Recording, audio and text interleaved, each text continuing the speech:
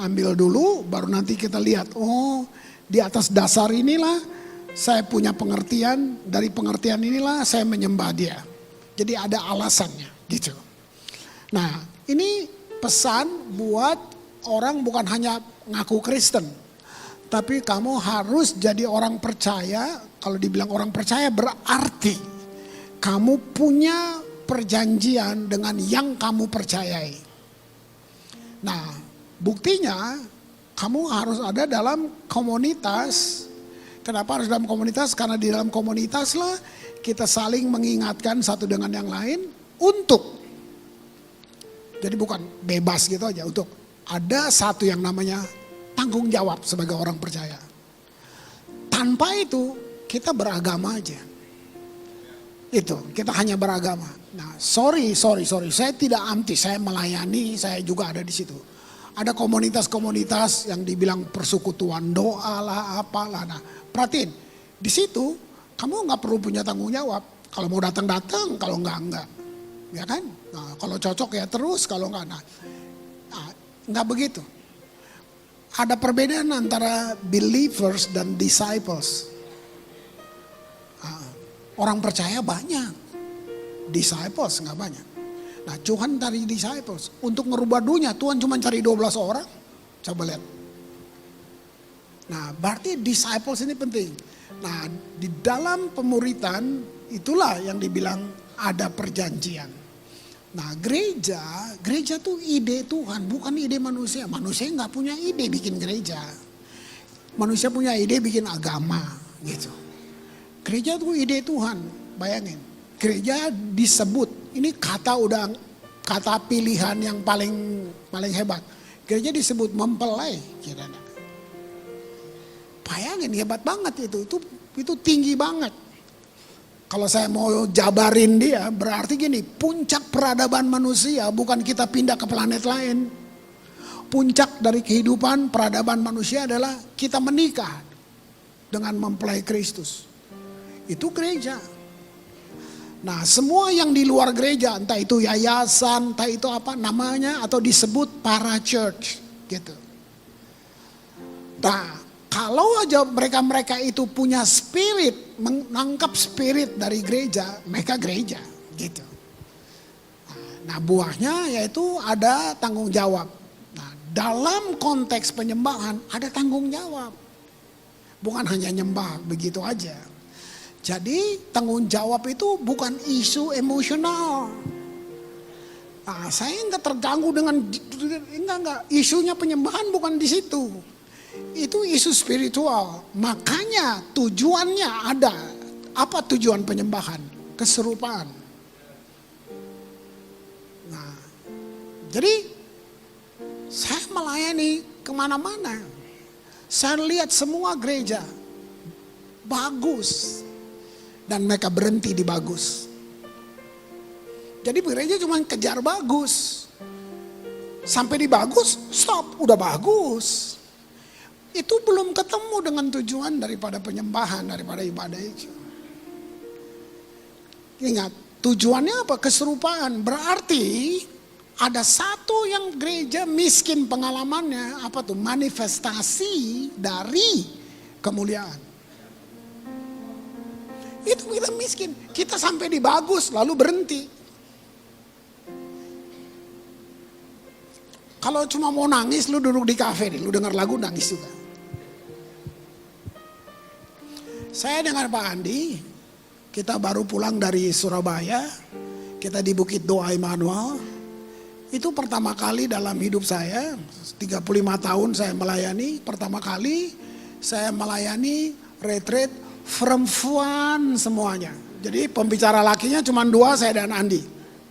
Ada 300-400-an semua perempuan semuanya, saudaraku.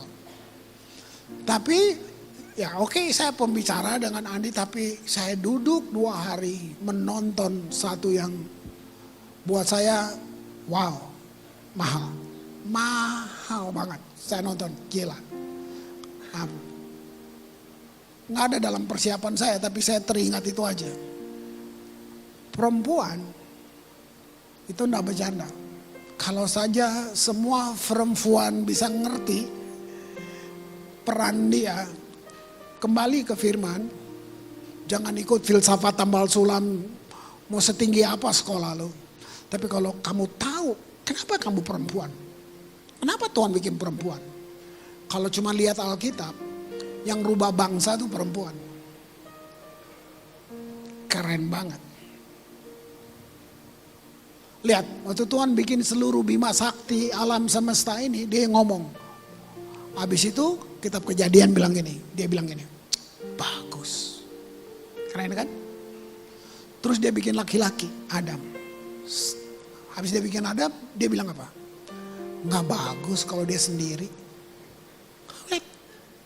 Wow. Udah ajaib gitu tuh Adam tuh, segambar Allah kan, segambar Allah. Tapi dia bilang gini, gak bagus dia sendiri. Yang ngomong dia loh. Mari saya buat penolong buat dia. Dengar nih, Adam dibuat dari pasir, dari tanah. Hawa dibuat dari kehidupan.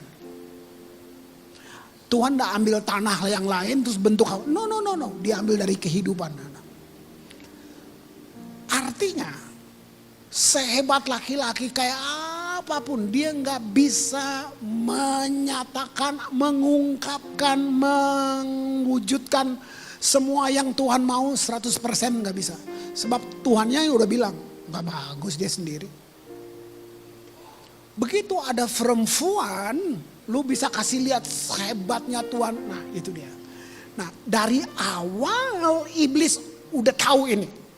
Dan itu yang dia hancurin. Di retreat itu saya cuma bilang seandainya. Kenapa gereja dibilang perempuan? Seandainya para wanita ngerti ini, jungkir balik kehidupan ini. Jungkir balik. Nah, ini artinya yang saya mau bangun ini, saya ambil isu ini yang saya dengar dengan Andi di sana, saya mau ambil isu ini sebagai, oh ya, tanggung jawab. Ada satu dari orang Kristen dapat keselamatan gratis, jaminan gratis, semuanya gratis. Tapi begini, dari pihak kita apa? Tanggung jawab dong. Lu dikasih mobil sama papa, dikasih rumah sama papa, tanggung jawab dong, bersihin tuh rumah, rawat rumahnya. Ya kan, isi bensin, beli servis tuh mobil. Nah itu maksudnya. Sesederhana itu. Nah, dalam kata perjanjian, ini untuk gereja, ya. Perjanjian membuat kita kenal tanggung jawab kita. Orang yang nggak baca firman, nggak kenal, nggak ada dalam perjanjian, nggak tahu tanggung jawab. Gitu. Jadi kalau cuma datang jadi penonton, enggak. Nah, kita mau bikin worship ya, The Singing Church. Kita mau bangun ini, CLCC Bandung akan. Jadi ini bukan cuman tugas mereka yang di depan. Kan saya udah kasih job, mimpin yang bagus ya tiap minggu ya, bukan gitu. Ya, itu namanya acara, bukan ibadah. Oke? Nah itu. Nah jadi tiap bangku mesti ngerti supaya seorang worship leader nggak suruh-suruh. Kamu bertanggung jawab harus nyembah. Ada tanggung jawab kamu sebagai orang percaya. Lu ditebus mahal. Lu mesti tahu. Wow. Nah, bukan ketakutan. Nah, sebab itu dasar-dasar teologi perlu kita bagi dulu di sini. Nah, jadi ini cara terbaik untuk kita ngerti tanggung jawab adalah hidup dalam perjanjian. Kalau kamu masuk dalam perjanjian, komitmen akan mudah. Komitmen akan mudah. Kita baca dulu. Mazmur 111 mulai ayat 6 sampai 8. Kekuatan perbuatannya diberitakannya kepada umatnya. Nah ini kata umatnya berarti bukan semua orang. Mau jadi umat, kamu mesti punya perjanjian. Kamu mesti masuk. Mesti ada tanggung jawab kamu. Nanti kekuatan Tuhan, bukan kekuatan kamu. Di retreat itu benar-benar gak masuk akal. Jadi saya sama Andi duduk di belakang, gak masuk akal untuk lihat kehidupan yang udah babak belur, berantakan, yang memang gak masuk akal. Gak bisa. Bagaimana bisa pulih? Bisa tuh. Gak masuk akal banget, gak masuk akal banget. Waduh, bahkan ya, sorry, gereja, sekolah teologi menghakimi, kamu terkutuk. Jadi orang ini sakit, gara-gara sakit dihakimi gini, itu gara-gara pernikahan lu salah, itu kutuk. Bayangin, gereja yang bilang gitu, sekolah teologi yang bilang gitu. Saya denger, bilang, wow, berani banget ya. Atas nama organisasi, atas nama kekudusan kita main hukum-hukum orang aja. Tuhan enggak tuh. Mereka kayak tanda ajaib, saya dengar dia ngomong, saya bagaimana. Saya duduk dengan dia sebelahan sampai saya lihatin terus, wow, luar biasa ini orang. Gitu tuh. Ya, ini saya cerita dikit aja. Ini yang perempuan menikah, pindah ke Singapura. Lahir anaknya cacat. Begitu anaknya cacat, suaminya tinggalin. Nah lu lihat. Kelabakan dia cari suaminya, udah punya cewek lagi. Dia balik. Mau kerja, bahasa Inggrisnya pas-pasan, nggak bisa dia bahkan bilang saya nggak bisa bahasa Inggris. Di Singapura, kerja mulai jadi satpam. Itu udah ketemu Tuhan tuh, waktu dia gitu. Jadi satpam, coba, wow, nggak balik tangan gini terus tiba-tiba lu lihat semua, enggak. Di situ saya lihat Tuhan tuh, gila. Terus sampai akhirnya naik, terus kawin, ketemu cowok. Dia bilang ini gangster di Singapura. Nah bayangin, yang milih dia katakanlah kamu yang pilih, kamu yang semua, nggak gitu. Tapi udah sekolah Alkitab berdua, lulus, master. Tapi kepala sekolah bilang gini, sekolah teologi nih, kamu nggak bisa pelayanan karena pernikahan lu salah, oke? Kamu nggak bisa naik mimbar, even worship leaders nggak bisa. Oh kalau mau juga ya Sunday school. Kamu lihat penghakiman, semua tegang. Saya nonton, ini suaminya dekat duduk sebelah saya. Jadi bentar-bentar saya lihat dia, wow. Terus suaminya sakit, kena kanker otak. Nah sekolah bilang ini, itu kutukan gara-gara lu salah nikah. Kamu lihat, gereja sadis, gereja sekolah bilang, kamu itu, lu punya pernikahan yang salah. Suaminya bilang gini, buat istrinya, kamu jangan minta kesembuhan ya, saya mau ketemu Yesus. Saya cinta dia, kamu gak usah minta kesembuhan. Sampai mereka buat perjanjian, janji ya kita ketemu di sorga. Ini kan dia cerita suaminya udah baik kan, saya nggak lihat lagi sakit. Jadi saya bentar-bentar lihat, ada bekas jahitan, ini kanker otak saudara. Nanti gue pukul, wah hebat banget sih. Nanti suami ngomong, istrinya cerita di depan, saya liatin lagi. Dia bilang ini, saya nggak pernah dengar suami saya menangis selama dia sakit. Satu malam itu udah ditentukan oleh dokter bahwa dia mesti mati, karena nggak bisa lagi. Ditanganin berapa dokter ahli udah nggak bisa. Jadi dia udah tidur. Pas lagi tidur malam dia dengar suaminya teriak. Begitu dia bangun suami lagi bilang Yesus. Begitu dia lari ke depan tempat tidur dia nggak bisa dekat. Dia sampai dia nggak bisa, dia kayak ada yang tahan, dia nggak bisa dekat, dia cuma jatuh. Kamu tahu apa yang saya dapat? Kita suka bilang gini, hadirat Tuhan. Jangan berimitasi, jangan main-main. Kalau benar-benar the presence comes, lu tersungkur. Lu gak bahasa roh. No. Baik, dia mau deket gitu, jatuh. Sampai ketiduran. Dia gak bisa sentuh suaminya. Bangun pagi geger di rumah sakit karena suster masuk. Nggak ada orang di tempat tidur. Kabel-kabel udah kelepas. Mana? Siapa yang bawa suamimu? Sampai sirine rumah sakit dibunyiin. Coba bayangin. Tahu-tahu suaminya keluar dari kamar mandi. Udah rapi. Udah semua. Duduk. Istrinya nangis. Hei kamu kenapa gini? Baru dia cerita. Tadi malam. Waktu saya bilang Yesus, saya berteriak Yesus karena dia datang di tempat tidur saya. Dia bikin apa? Dia jamah kepala saya. Dia hembuskan nafasnya. Selesai penyakit.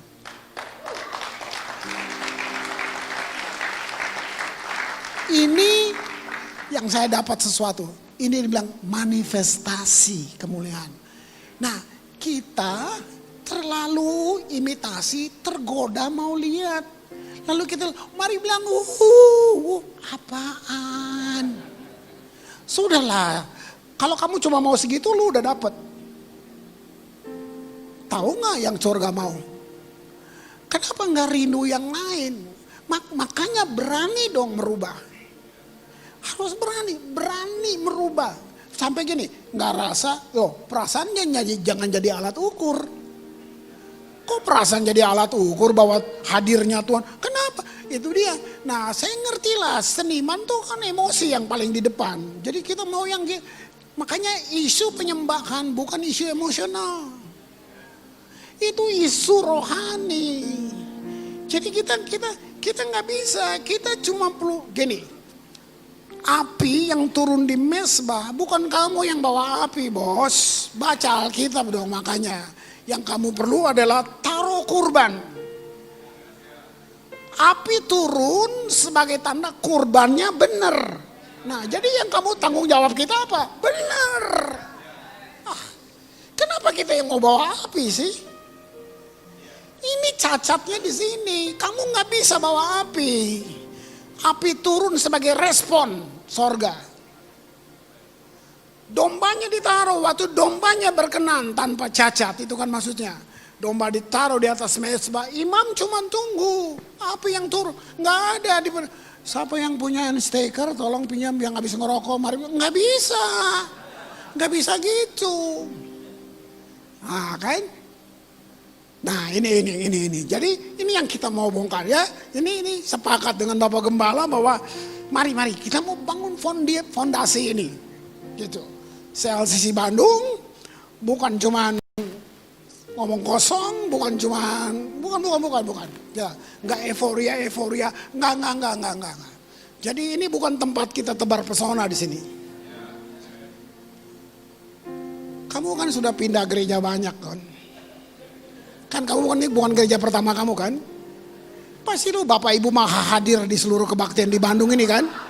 Sakit hati, ya kan, jantung bengkok, apa semua akhirnya pindah ke sini, oke? Nah, yuk kita mulai yang bagus yuk, kita mulai yang benar yuk. Yuk mari sepakat, mari sepakat bahwa kita mau bangun mesbah di sini. Kita mau lihat waktu kita buat sesuatu, sorga bereaksi, berespon gitu terhadap apa yang kamu buat. Ini yang saya sebut manifestasi. Kekuatan perbuatannya diberitakan kepada umatnya. Umatnya bukan manusia semua. Umatnya kepada kamu yang mau punya perjanjian. Dengan memberikan kepada mereka, lihat, milik pusaka bangsa-bangsa. Ini porsi Tuhan kalau ngasih. Nah gitu. Porsi kamu dan saya nggak tahu kamu ngasih apa. Kalau porsi Tuhan ngasih, dompet lu pecah. Kalkulator lu jebol.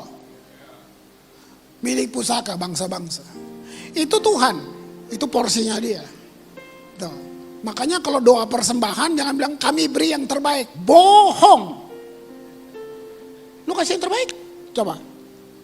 Oke. Apa? Paling rendah apa? Supir berapa gajinya? Kalau kamu kasih 3 juta, dia kasih 3 juta gitu. Kamu kasih yang terbaik lu pakai. Lu cuma taruh sedikit di sini. Loh, itu nggak salah. Tuhan nggak marah, Tuhan. Tapi jangan doa bilang kami kasih yang terbaik. Nah, itu lu nipu. Bahkan yang doa nggak ngasih. Nah. Jadi jangan doa-doa gitu. Doa tuh bilang aja kami mau beri persembahan. Udah, jangan cacat, logika lu cacat. Kami beri yang terbaik, bohong banget sih. Gitu. Udah jelas Tuhan gak butuh duit, lu yang butuh duit. Nah, ini bagian dari penyembahan loh. Ini yang saya bilang semua bagian dari penyembahan. Lihat, yang dia kasih apa? Semua harta pusaka bangsa-bangsa. Itu yang dia mau kasih. 7, perbuatan tangannya kebenaran. Artinya ini, Tuhan tidak curang. Tangan lu curang, tangan Tuhan enggak. Keadilan, titahnya teguh. Kalau dia bilang sesuatu, teguh. Nggak ada motivasi lain, nggak ada. Motivasi buat Tuhan untung. Tuhan tuh komplit, Tuhan tuh sumber. Dia nggak cari apa-apa. Dia nggak cari apa-apa. Dia beri untuk kita. Dia sumber. Nah, jadi percaya nih sama ini. 8, kokoh untuk seterusnya dan selamanya. Dilakukan dalam kebenaran dan kejujuran. Jadi jangan takut, nggak ada anak emas buat Tuhan. Tuhan lebih sayang dia dari... Nah ini dia, ini cacat-cacat yang di dalam kita sudah jadi belief system. Bertahun-tahun. Saya harus bertobat karena saya harus mengajar ulang lagi di Ambon. 26 tahun mengembalakan, salahnya banyak, bukan hebat. Saya baru berubah 10 tahun, mungkin 11 tahun ini.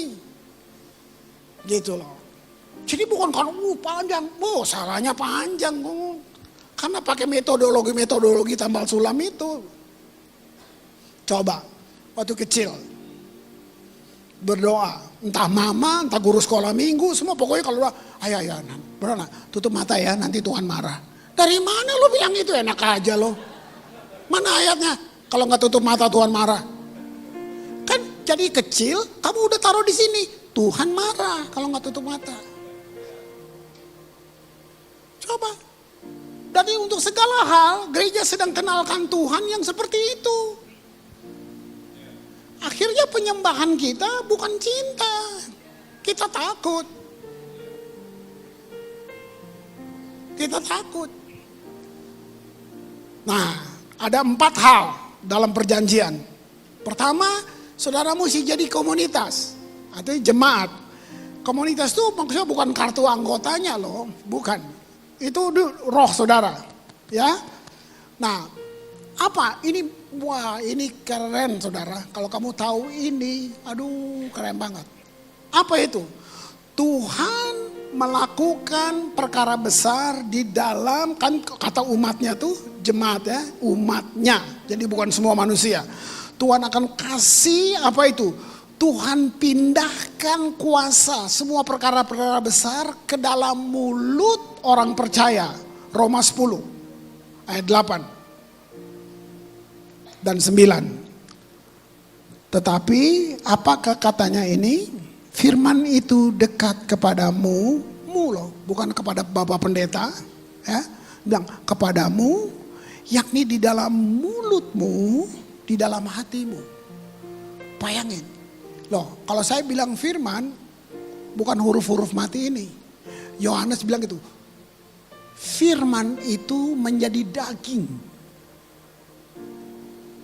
Diam di mulut kamu. Pikirin ini. Speak words. Untuk pekerjaanmu. Untuk anak-anakmu. Untuk pasanganmu. Di meja kerjamu. Di proyek-proyekmu. Kenapa lu panggil pendeta doa? Lu bergantung sama hamba Tuhan. Lalu lu hamba siapa? Kenapa gak kamu perkatakan firman? Ini yang saya maksud. Kamu lihat tuh. Kalau kamu masuk dalam perjanjian dengan Tuhan. Semua kebesaran, kekayaan ditaruh di dalam mulutmu.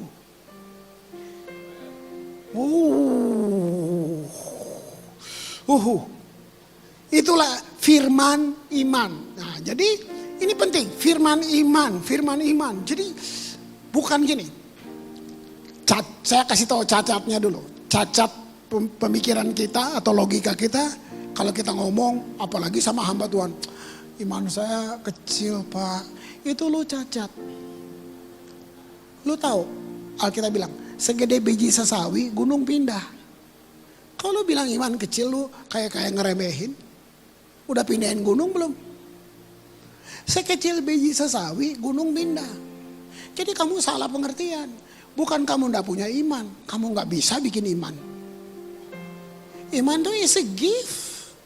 Iman tuh dia kasih. Waktu kamu lahir baru Tuhan kasih iman. Kamu gak bisa bikin. So tahu lagi bilang iman gua kecil. Emang lu bisa gedein? Perhatiin. Waktu badai besar. Murid-murid ketakutan. Baca deh. Makanya baca supaya jangan ditipu pendeta. Nah, kan Tuhan bilang ini. Kalau lu gak ada iman, baca dong. Tuhan udah bilang gitu, Tuhan bilang, kenapa kamu tidak percaya? Nah, percaya dan iman itu beda. Jadi iman ada di kamu, cuman kamu gak percaya. Jadi jangan bilang iman kecil, iman besar, gak bisa. Gak bisa, kamu gak percaya. Penyembahan akan membuka understanding karena lagu ya, kata-kata atau kamu lihat itu ya, semua. Waktu itu kebuka, kepercayaan timbul, iman aktif. Ini sebenarnya.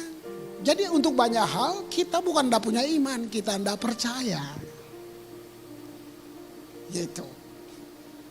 Jadi kita juga ngomong ke orang itu, lu sih gak ada iman. Nah itu dia, jadi tambah rubet semuanya, tambah semuanya gitu. Kamu punya iman, hanya dia terkunci. Kenapa? Gak percaya. Ayat 9. Sebab itu, jika kamu mengaku dengan mulutmu. Nah, coba pikirin, mengaku. Artinya kamu declare. Apa coba pujian penyembahan? Kamu bikin apa coba? Kamu sedang mengakui sifat-sifat Tuhan. Gitu. Wow. Wow. Nah, jadi ini pentingnya tiap bangku sudah punya mindset atau kita setting hati dari rumah datang, saya mau bersyukur. Nah, jadi begitu mereka naik, kamu cuma punya satu tanggung jawab. Gua setuju. Gitu. Lagunya bilang, di rumah Bapakku ada tempat. Oh, tapi fakta di rumah bilang ini, suami gue lagi pergi sama kuntilanak.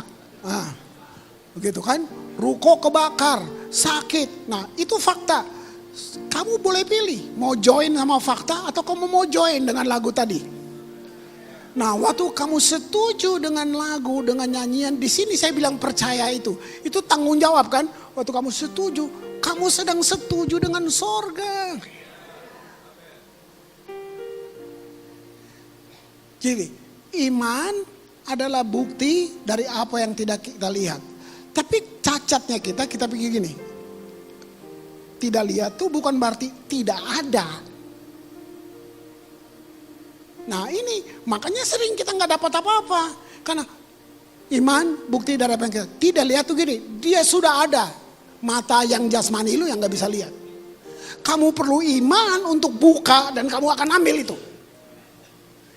Bayangin, nah semua bangku kalau kita worship kayak gini, itu wow. Kamu nyanyi sampai kayaknya udara bisa gue pegang deh. Saya tersentuh dengan kesaksian di retreat itu. Sampai dia gak bisa dekat suaminya. Wow. Tahu gak sekarang mereka suami istri? Sekolah Alkitab itu panggil mereka lagi suruh ngajar. Kalau gue datang ke kepala sekolahnya, lu bertobat dulu. Nah, gue mau gituin tadi.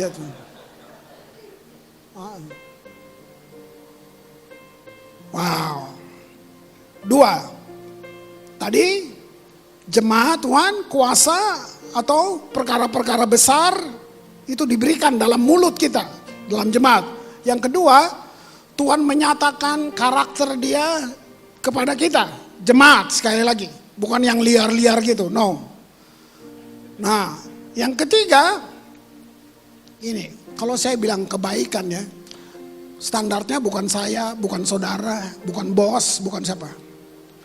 Standarnya kebaikan dia. Tadi lagi nyanyian tadi, itu kan anak hilang. Waktu dia tahu mesti makan ampas babi, terus dia ingat bapaknya. Gila di rumah bapak gue enak banget ya. Gue pulang deh.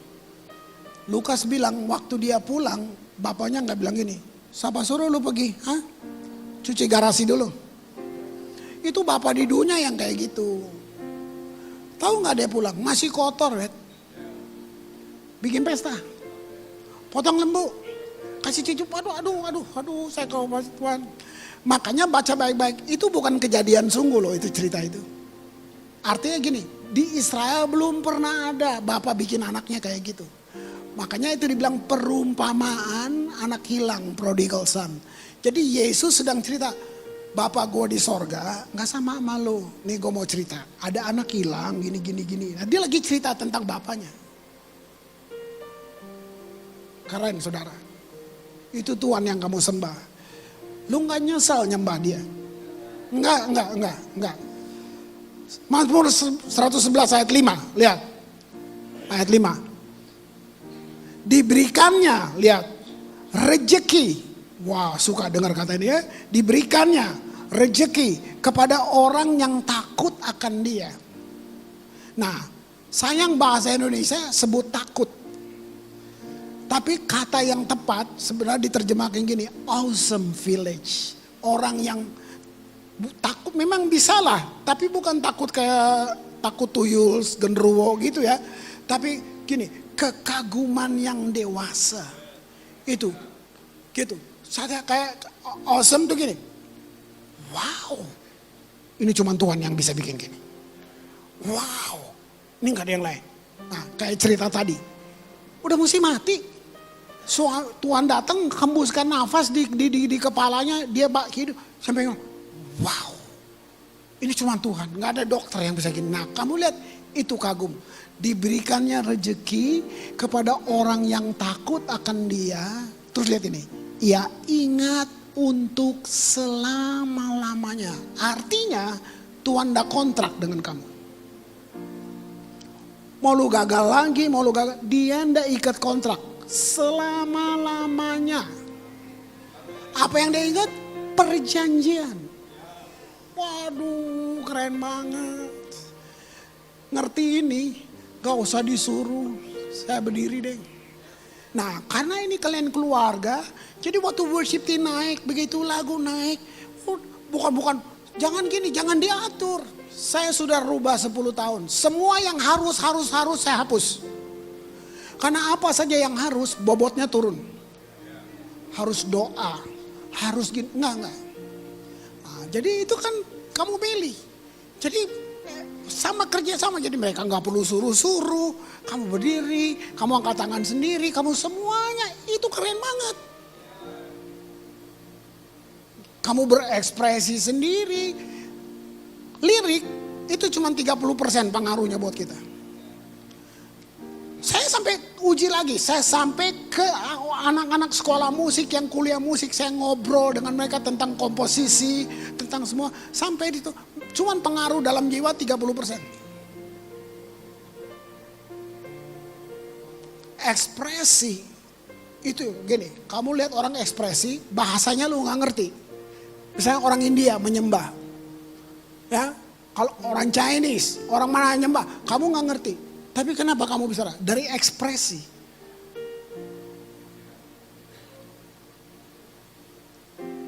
Dibilang gini, cinta membuat seseorang menjadi pujangga. Kamu kaku banget, giliran jatuh cinta, bulan bintang matahari bisa lu panggil demi kamu lihat. Wow, lihat ya. Diberikannya rezeki kepada orang yang tahu akan dia, ia ingat untuk selama-lamanya perjanjiannya. 4. Tuhan mengirimkan kebebasan kepada umatnya. Ayat 9. Dikirimnya kebebasan. Ini yang paling keren, yang terindah dalam seluruh hidup manusia yang namanya kebebasan, free will. Wow, kalau kamu lihat. Ini paling terindah. Kalau tanpa ada kebebasan, kamu mesin. Kamu robot. Makanya harus itu.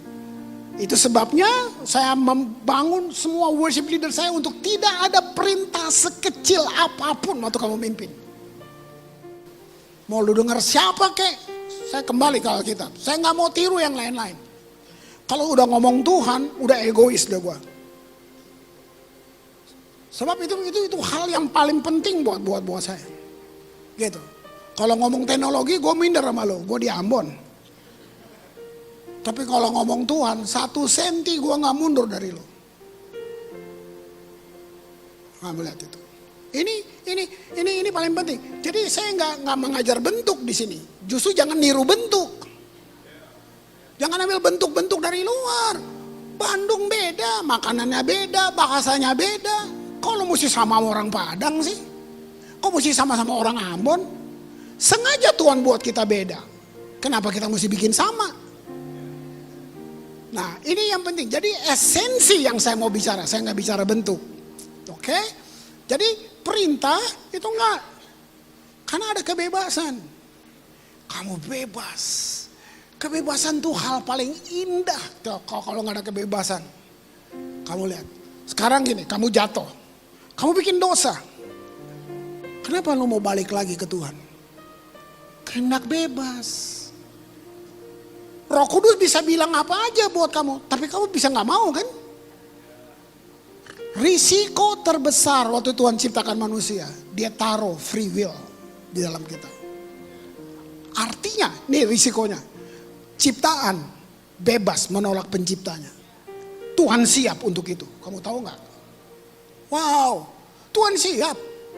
Makanya waktu dia disembah, dia dikasih karena bebas. Nilainya beda sama disuruh, ditakut-takutin. Beda. Nah ini dasar, saya sedang bangun dasar supaya semua kita bangun dari atas ini, dari mesbah di atas sampai jemaat. Gak ada topeng. Gak ada topeng. Gitu. Ya, lihat itu. Nah untuk mengerjakan pekerjaan Bapak gak mudah memang. Saya merubah ini 7 tahun di Ambon. Itu sekali lagi, itu bukan formula jadi jangan ditiru. Kenapa perlu lama banget sih Om? Ya orang Ambon keras kepala, titik. Jadi kalau bilang, beta tahu Pak. Oh artinya belum tahu. Nah gitu, jadi saya perlu ulang. Nah gitu. Gitu.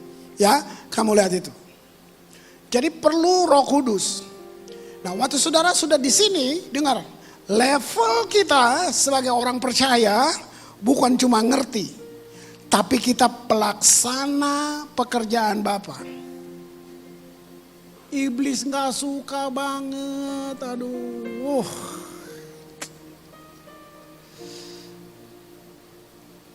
Nanti kalau ada teman lu di gereja lain atau bapak gembalanya, kamu bilang ini.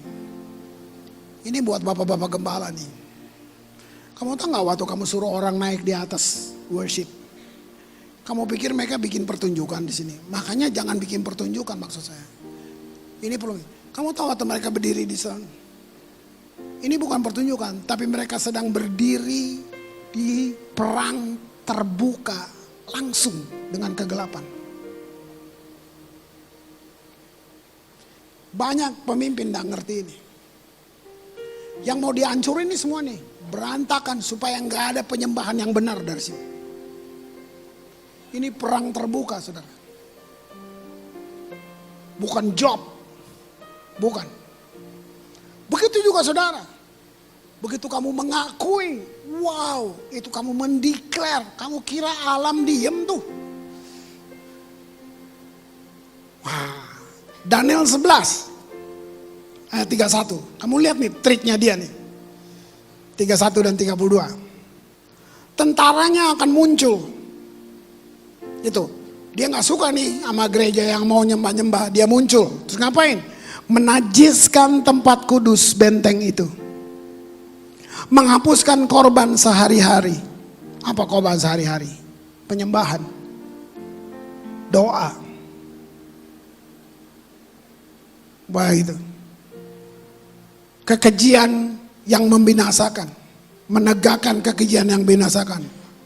Terus 32. Orang-orang yang berlaku fasik terhadap perjanjian. Kan kehendak bebas kan? Berlaku fasik. Pilihan kita. Terhadap perjanjian.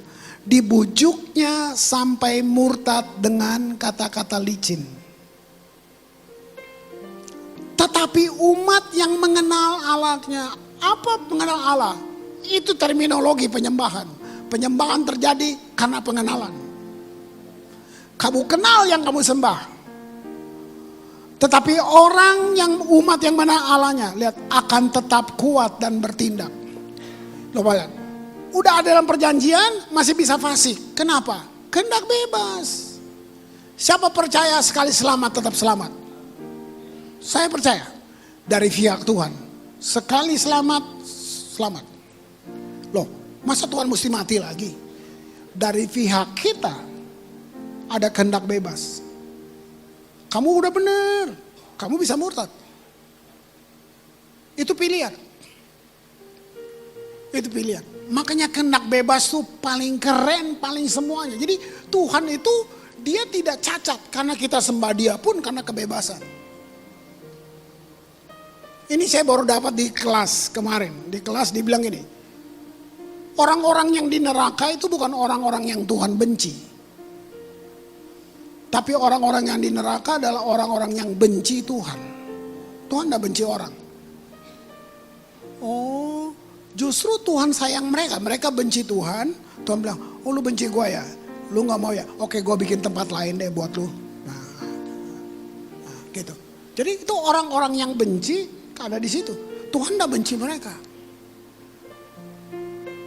Wow, saya baru bilang, ini loh Tuhan. Ini loh Tuhan yang saudara sembah. Lihat, iblis berusaha menajiskan kita, menghapuskan korban sehari-hari, menegakkan kekejian. Dia bilang, tapi umat yang mengenal Allah,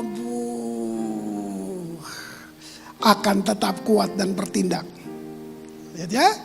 Nah, manusia mau kenal Tuhan, nggak bisa.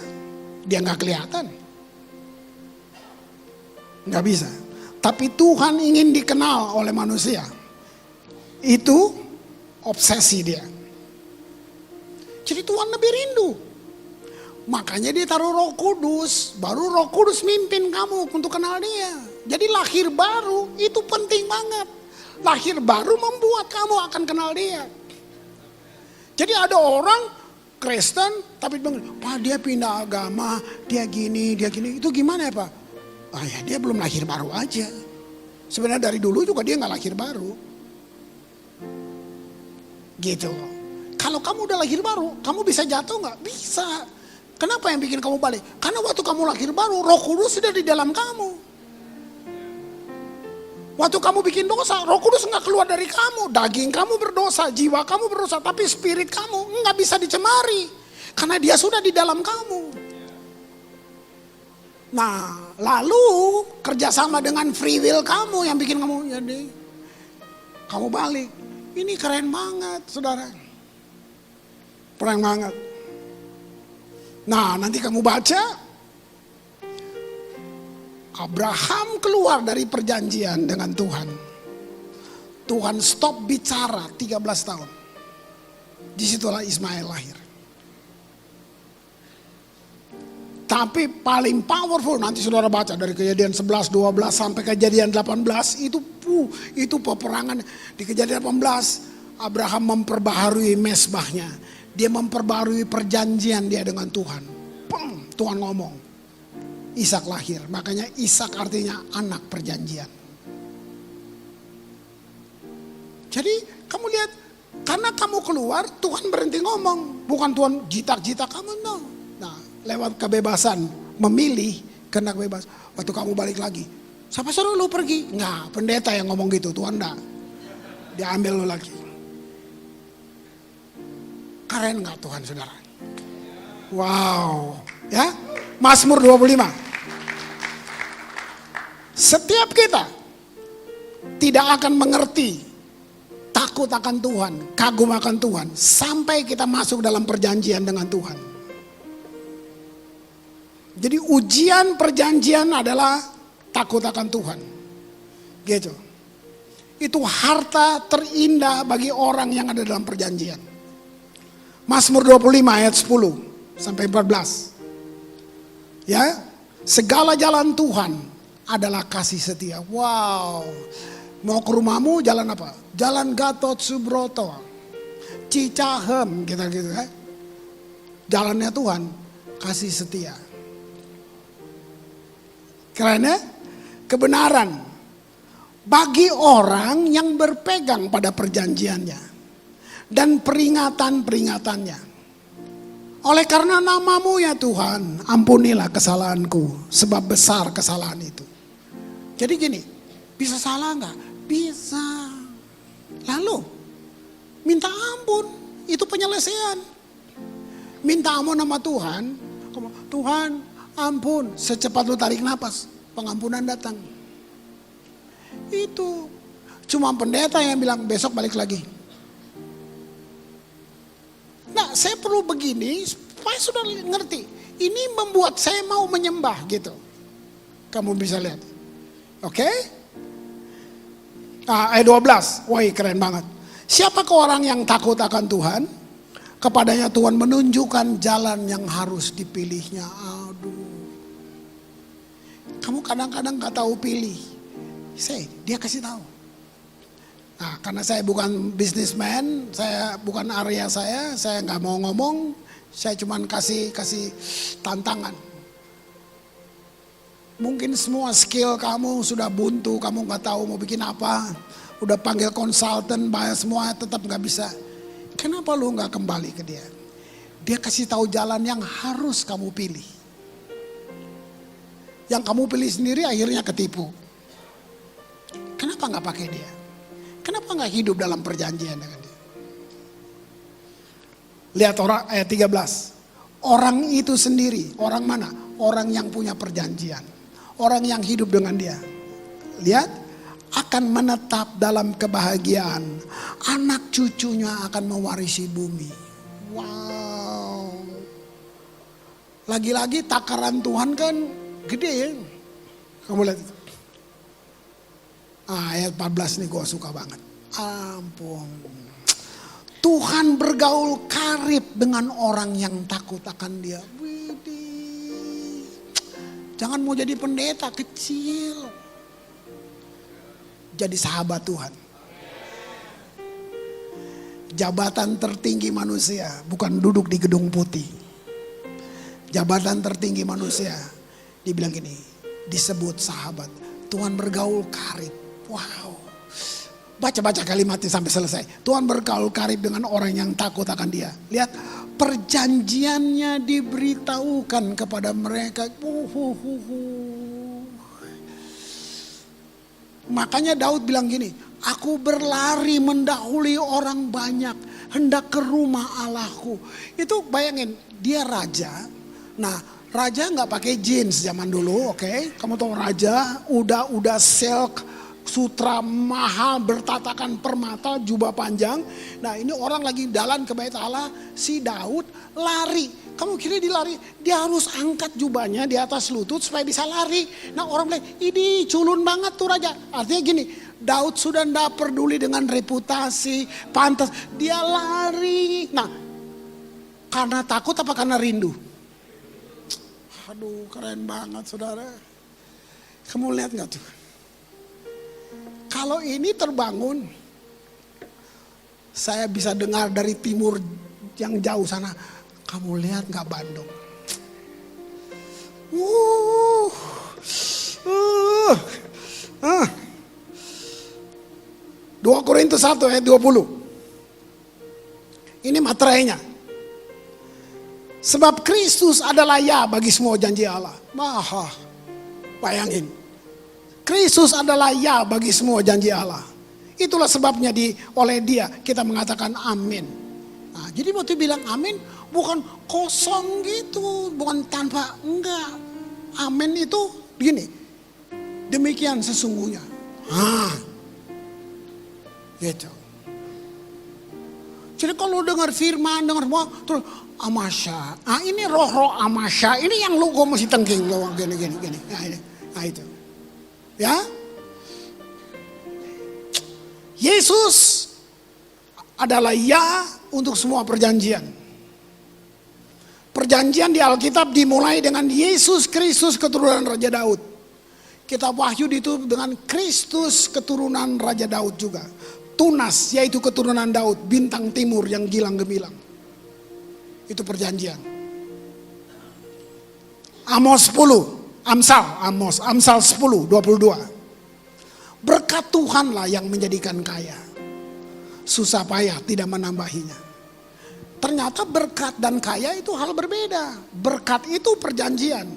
Hiduplah dalam berkat, kaya akibat. Lihat tuh, sahabat Tuhan. Waduh, keren banget nggak? Siapa yang sombong? Gubernur apa temannya? Nah, ngaku kan lu? Nah, lu bukan teman, lu sahabat Tuhan.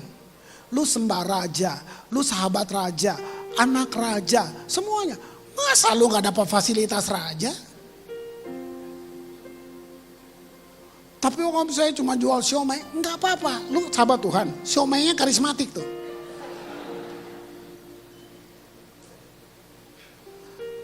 Ayo worship team, naik. Worship team. Yuk kita nyembah lagi. Lihat ini. Ini nggak ada dalam bahasa Indonesia karena dari The Message, Alkitab The Message. Kita lihat Mazmur 34 ayat 7 sampai 9. Kamu lihat ini.